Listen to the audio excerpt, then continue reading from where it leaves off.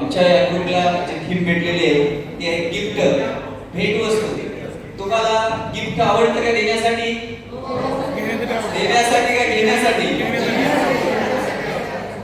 घेण्यासाठी आवडतं. आणि आपण त्याचे लाभदायक झालेले बरेच सगळे जण, कारण अधिक मासामध्ये आपण गेल्या महिन्यामध्ये जे गिफ्ट घेतोय सासरवाडीची, आणि ज्यांना भेटली नाही त्यांना भेटली नाही कसं.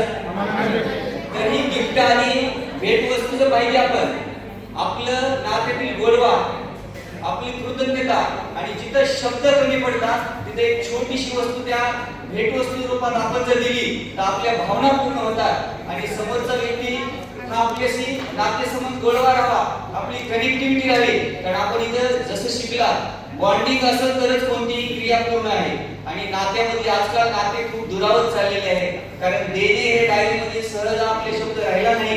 कारण कितीही पगार असेल तर आपण म्हणतो माझीच मला पुरत नाही, काय द्यायचं. आणि मग याच आधारावर देणे किती उदारदायक आहे, आणि गिफ्ट एक छोटीशी वस्तू भावनाला किती पूर्णत्व देऊ शकते. या स्वरूपात आदरणीय मॅडम यांनी एक काव्य रचना केलेली आहे, आणि आम्हाला सुद्धा इथं प्रेरक व्यक्ती किंवा ज्यांची कृतज्ञता व्यक्त करायच्या अशा व्यक्तींना आम्ही इथं भेट देणार आहोत.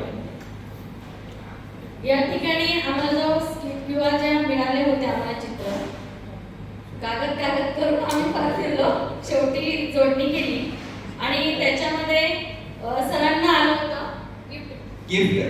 त्याच्यानंतर गिफ्ट देण्यामध्ये मला होती टोपी. भेटवस्तू देण्यामध्ये मला होती का?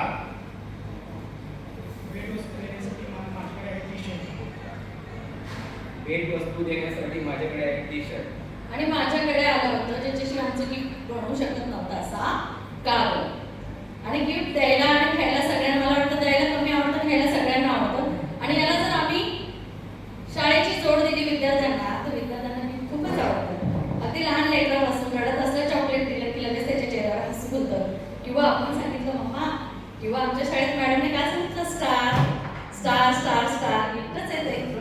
आणि सगळ्यात महत्त्वाचं, जर आपल्याला मतभेद विसरायचे असतील तर सगळ्यात बेस्ट वे तो म्हणजे गिफ्ट देणं. आणि हे अनुभव मला वाटतं मॅरिड लोकांना आहे. गिफ्ट दिलं तरच ऐकतात बायका बऱ्याचशा वेळा. आणि अशा याच्यावर आज एक जर बघितलं की सरांनी खूप छान सांगितलं की आनंद वाटणं आणि दुसऱ्याच्या आनंदात आनंद मानणं ही फार कमी लोक गोष्ट करतात. आणि ती गिफ्ट मधून आपण न बोलता जर आपलं असेल आणि गिफ्ट मध्ये सगळ्या भावना, नुसतं गिफ्ट दिलं आणि त्याच्यामध्ये छान असं ओळी जरी लिहिल्या तरी समोरच्या हृदयाला हात घालू शकतात.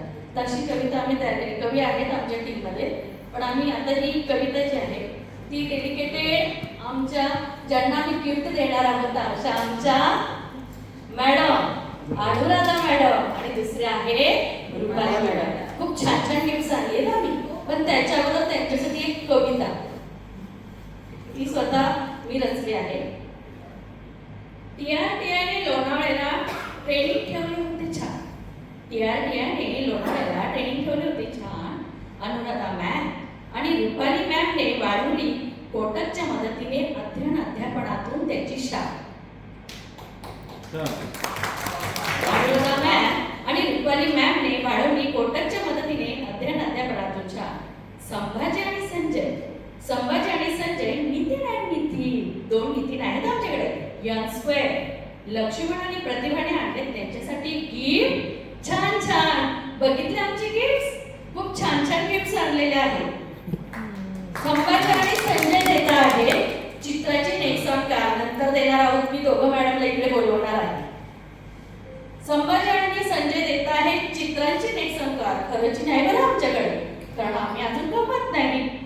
नितीन आणि नितीन देत आहे टोपी छान छान. तर कोटॅक आणि त्याचे टी शर्ट देत आहे आमचे लक्ष्मण सर छान छान. आणि प्रतिभा देते सर्वांच्या वतीने फुलांचा गुच्छ, कारण त्यांनी दिले आम्हाला विविध पूर्ण ज्ञानच ज्ञान. मॅडम तुम्हाला ग्वाही देतो, तुम्ही दिलेल्या ज्ञानाची ठेवून आम्ही जाण आणि काम करू ज्याच्यामुळे तुमचाही वाढेल अभिमान. आणि तुम्हाला खूप खूप साऱ्या आमच्या सगळ्यांच्या वतीने धन्यवाद. तर आता मॅडमला गिफ्ट द्यायला बोलवतोय. सरांनी प्लीज आपला मस्त नाशिक ढोल वाजवा आणि तुम्ही टाळ्या